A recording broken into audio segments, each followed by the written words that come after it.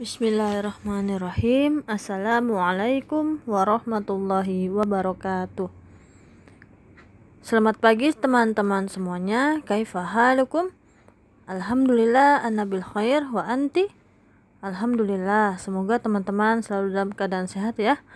Selalu dilindungi oleh Allah Subhanahu wa taala dimanapun teman-teman berada. Amin. Baiklah teman-teman, hari ini kita bertemu kembali dengan pelajaran tematik. Nah, sebelum kita mulai, silakan teman-teman siapkan dulu buku penanya beserta alat tulisnya ya. Kalau sudah, mari kita buka halaman 25. Baiklah teman-teman, kita akan membahas subtema 2.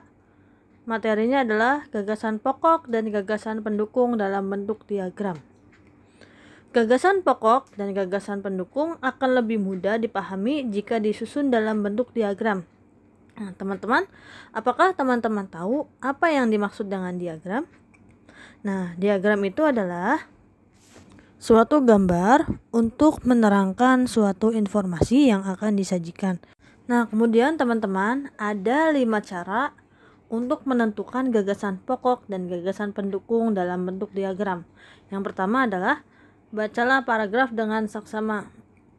Yang kedua, cermatilah kalimat pertama hingga kalimat terakhir.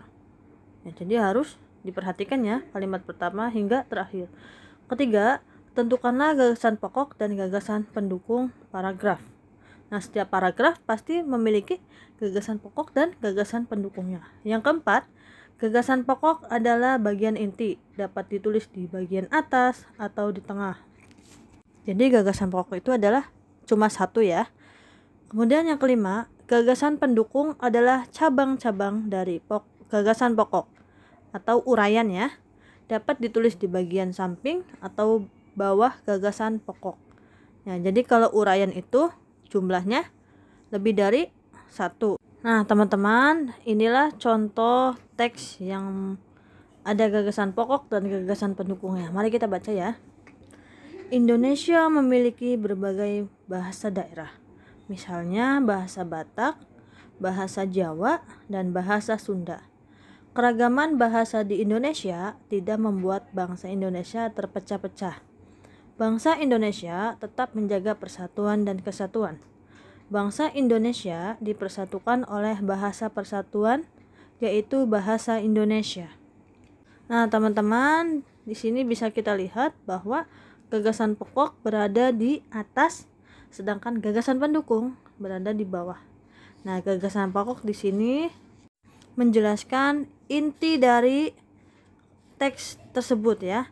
Jadi intinya adalah bahwa Indonesia memiliki berbagai macam bahasa daerah. Kemudian gagasan pendukungnya adalah uraian dari berbagai macam daerah ini. Misalkan bahasa Batak, Jawa, Sunda. Namun walaupun banyak bahasa, tetap Indonesia itu disatukan oleh bahasa persatuan, yaitu bahasa Indonesia. Nah, inilah teman-teman contoh dalam bentuk diagram ya. Jadi gagasan pokok itu hanya satu, yaitu gagasan pokoknya yang tadi telah kita baca teksnya adalah Indonesia memiliki berbagai bahasa daerah. Nah, sedangkan gagasan pendukungnya di sini dari gagasan pokok ada tanda panah ke atas ke bawah. Jadi gagasan pendukung adalah uraian dari gagasan pokok ya.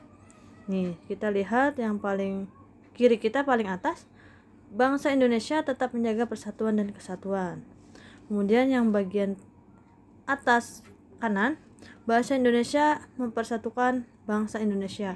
Kemudian yang paling bawah, keragaman bahasa tidak memecah belah bangsa. Nah, teman-teman, suatu teks terdiri atas beberapa paragraf. Nah, jadi ada paragraf 1, 2, 3, dan seterusnya ya. Setiap paragraf memiliki gagasan pokok dan gagasan pendukung. Ya, jadi paragraf 1 mempunyai gagasan pokok dan gagasan pendukung, kedua mempunyai gagasan pokok dan gagasan pendukung, dan selanjutnya. Diagram gagasan suatu teks dibuat sesuai dengan jumlah paragraf dalam teks tersebut. Jadi diagramnya mengikuti jumlah paragraf. Kemudian gagasan pokok dan gagasan pendukung juga ada dalam bentuk tabel ya. Gagasan pokok dan gagasan pendukung dibuat dalam bentuk tabel, tujuannya untuk mempermudah memahami suatu teks. Sebenarnya tabel itu apa sih teman-teman? Tabel adalah susunan data dalam baris dan kolom. Jadi datanya atau informasinya ada di baris dan kolom-kolom kotak ya. Nah, inilah teman-teman contoh dari teks paragraf 1. Bisa dilihat ya bahwa gagasan pokok terdapat di atas kalimat atau di atas paragrafnya. Kemudian gagasan pendukungnya ada di bawah gagasan pokoknya. Kemudian contoh paragraf yang kedua juga sama, gagasan pokok terdapat di atas paragraf dan gagasan pendukungnya ada di bawah gagasan pokok. Nah teman-teman, ini adalah contoh dalam bentuk tabel ya. Tadi sudah kita ketahui bahwa tabel itu adalah susunan data, susunan informasi dalam baris dan kolom. Nah barisnya ini ada di paragraf 1, 2. Nah kolomnya ini ada di paragraf, gagasan pokok, gagasan pendukung. Nah bisa dilihat ya, seperti inilah bentuk tabel. Nah teman-teman, setelah kita belajar atau membahas tentang gagasan pokok dan gagasan pendukung melalui diagram dan tabel, maka selanjutnya kita akan membahas membuat ringkasan teks dengan peta pikiran. Nah, peta pikiran yang berisi gagasan pokok dan gagasan pendukung dapat dijadikan acuan untuk membuat ringkasan. Nah, ringkasan itu apa sih? Ringkasan itu adalah menulis kembali secara singkat. Meringkas isi teks sama dengan menulis kembali isi teks secara singkat. Nah teman-teman, berikut adalah 7 langkah membuat ringkasan teks. Yang pertama, bacalah teks dengan saksama. Yang kedua, gunakan kalimat tanya, apa, siapa, mengapa, bagaimana, di mana, dan kapan untuk mengetahui kejadian yang diceritakan dalam teks. Kemudian yang ketiga, catatlah hal-hal penting yang kamu ketemukan saat membaca teks. Kemudian yang keempat, buatlah peta pikiran untuk mencatat gagasan pokok dan gagasan pendukung pada setiap paragraf. Kemudian yang kelima, buatlah ringkasan berdasarkan peta pikiran menggunakan bahasamu sendiri. Ya, jadi bahasa yang mudah dipahami oleh kamu sendiri. Kemudian yang keenam, urutkan peristiwa harus sesuai dengan isi teks sebenarnya. Kemudian yang ketujuh, gunakan kalimat yang ringkas. Hindarilah pengulangan kalimat dan bahasa yang tidak efektif. Jadi harus jelas bahasanya ya.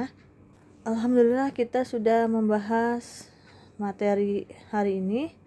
Apabila ada teman-teman yang belum dipahami atau mau ditanyakan, silahkan boleh langsung ditanyakan ya.